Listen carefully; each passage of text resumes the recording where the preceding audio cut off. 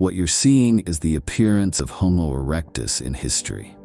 Also known as upright man, Homo erectus lived for a large part of the Pleistocene epoch.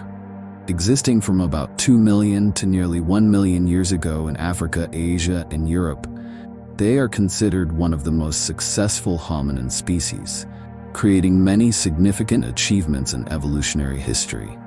Yet, after more than 1 million years of existence, Homo erectus mysteriously disappeared. Why? What led to the extinction of this intelligent and relatively complete species? Remember that modern humans have only existed on Earth for about 200,000 years, while Homo erectus lived for 1 million years without facing significant competition. Today, we'll travel back millions of years, following the first steps of upright man from their appearance to their complete disappearance, making way for their successors.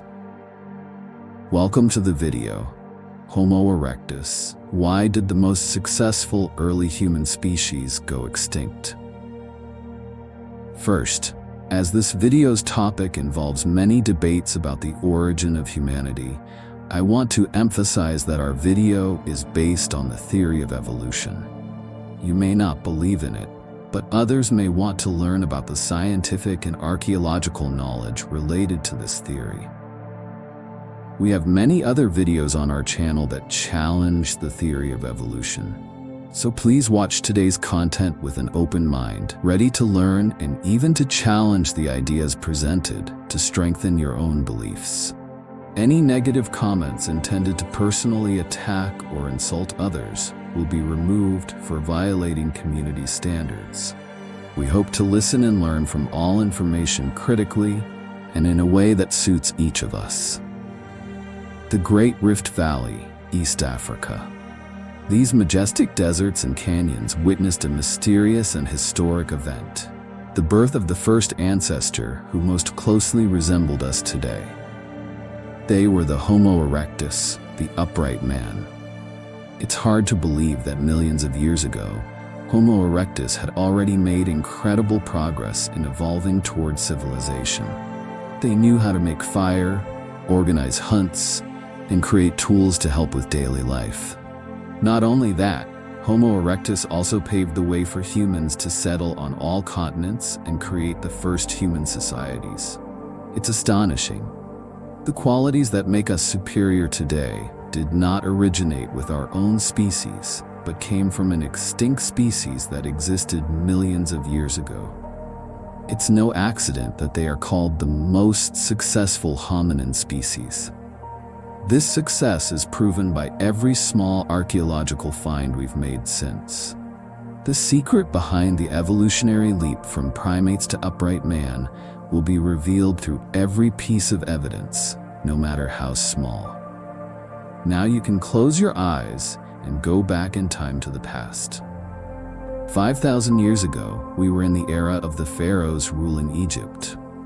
10,000 years ago, humans began significant agricultural activities.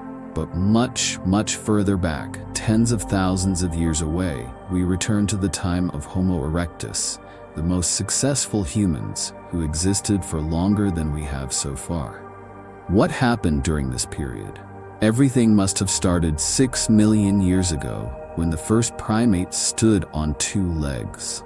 These bipedal creatures included many different species or variations of the same species over time. Although they had an upright posture, these creatures still had most of the characteristics of monkeys, with small, underdeveloped brains. You can see this more clearly through the fossil of Lucy, who was only 1.1 meters tall and had a brain size similar to a chimpanzee's.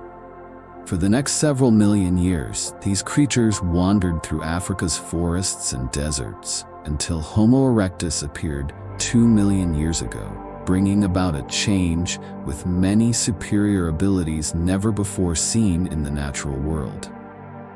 What were these abilities and where did they come from? The physical changes are easy to recognize. Homo erectus had thinner arms, longer legs, and, most importantly, a much larger brain. Upright man marked a great evolutionary leap from hominin form to the human form we have today. It's no coincidence they are considered the most successful human species, existing for millions of years before becoming extinct. So how successful was Homo erectus?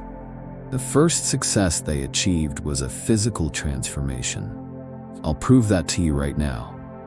We are at Lake Turkana in northern Kenya, surrounded by hot deserts and volcanoes. Let's meet two anthropologists, Richard Leakey and Niamh Leakey, as they survey this remote area. The two made a very special discovery. As leading anthropologists, they were very familiar with ordinary fossil samples in their work, but this specimen was very strange. Someone in Leakey's team found a skull fragment of an early human whose shape and size suggested it was Homo erectus. Of course, this wasn't the only fossil. The archaeological team began to search a wider area and found the rest of the skull. A complete skull is rare, but that was just the beginning. After much effort, the fairly complete skeleton of a Homo erectus, which had never been found before, emerged.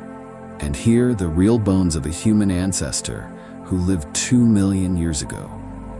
It was the most pristine hominin skeleton ever discovered. Leakey's team called the skeleton the Turkana Boy. It was dated to 1.5 million years old. The skeleton has advanced our understanding of the transition from hominin to upright man. What's truly important about the found fossil is its completeness. Researchers found limb bones, some long bones, and ribs. Usually, when something similar is found, even a small piece is enough to excite the scientific community. But that kind of fossil cannot tell us the true shape of the individual. Therefore, what Homo erectus really looked like remained a big question mark. The skeleton tells us that the Turkana Boy was 1.57 meters tall, with a physique more similar to humans than to hominins. But how similar, specifically? We'll need a paleo-artist who specializes in drawing and sculpting early humans with high anatomical accuracy. With the complete skeleton, we know the Turkana Boy was not a hominin. He was a real human, a very early human. Looking at the fossil's skull, you'll see it is very similar to a modern human's. Therefore, it's possible that the faces of us and Homo erectus are relatively similar. But the Turkana Boy's skull is a bit rougher, with a lower forehead and a much smaller brain. The paleo-artist recreated the Turkana Boy's face, layer by layer, based on modern knowledge of the body and anatomy. When the Turkana Boy's head was finished, the mysterious face appeared for the first time in over 1.5 million years. This is the upright man, Homo erectus.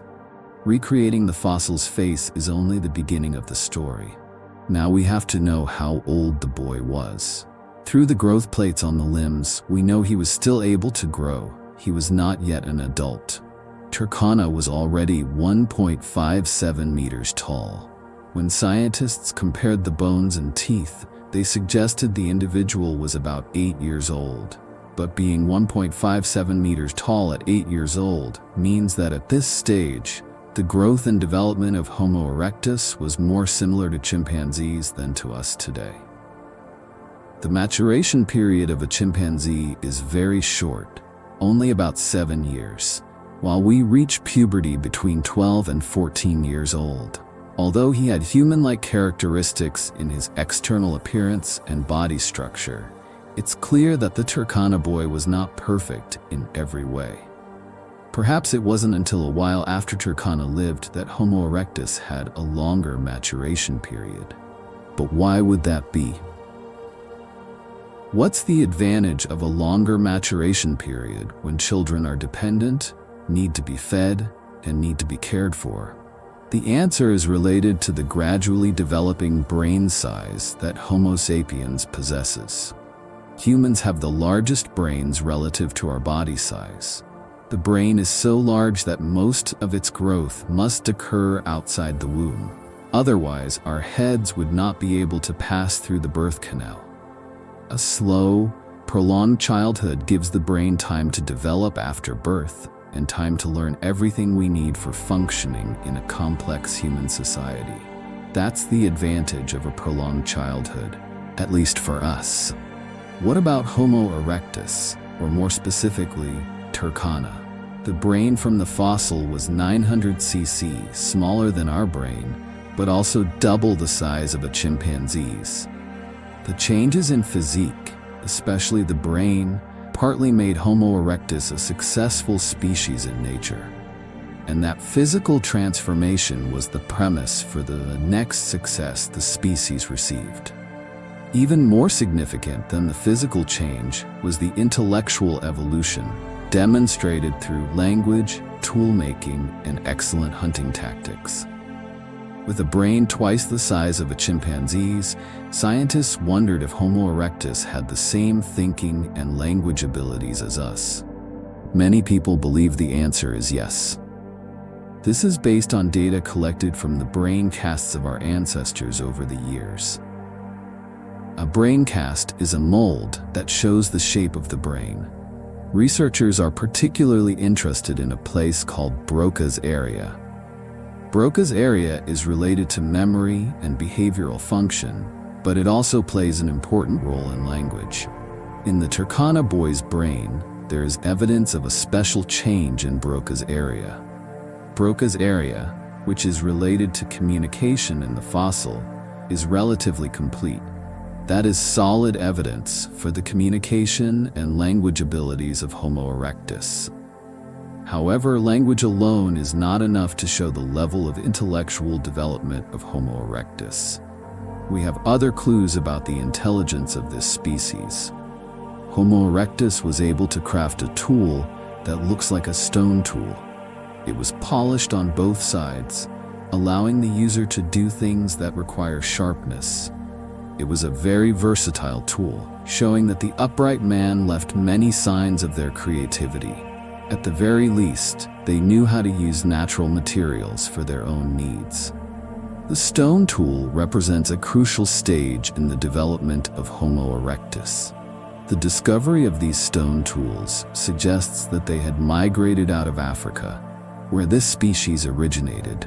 They moved from Africa to Asia and then to Indonesia.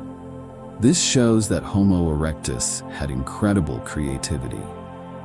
They were able to adapt to different environments and develop the first societies. They were able to settle in many different places. So what caused a species as creative and intelligent as Homo erectus to go extinct? Some researchers believe the main reason was their lack of innovation. They were unable to improve their tools, while Homo sapiens knew how to craft tools and use resources more effectively. Homo erectus lacked this ability. They remained loyal to stone tools for millions of years, which may have hindered their development.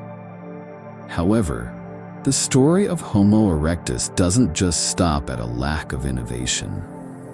Some argue that they went extinct because they didn't have enough genetic diversity to cope with climate change. But in reality, the truth may be much more complex.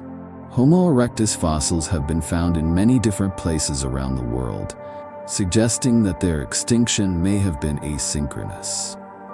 Whatever the reason, the extinction of Homo erectus is a reminder that no species is immortal. The fate of Homo erectus will be a valuable lesson for us in the future. Perhaps we will face similar challenges, and understanding the past will help us better prepare for the future. Ultimately, it doesn't really matter who was the most successful. Understanding Homo erectus gives us more lessons than that. This world will always change, and in just a short time, everything will be different in ways we can't foresee. Thank you for watching this video. I hope that the information about Homo erectus has given you a deeper insight into our evolutionary history. If you found this video interesting and helpful, don't hesitate to like and share it to spread this knowledge to more people.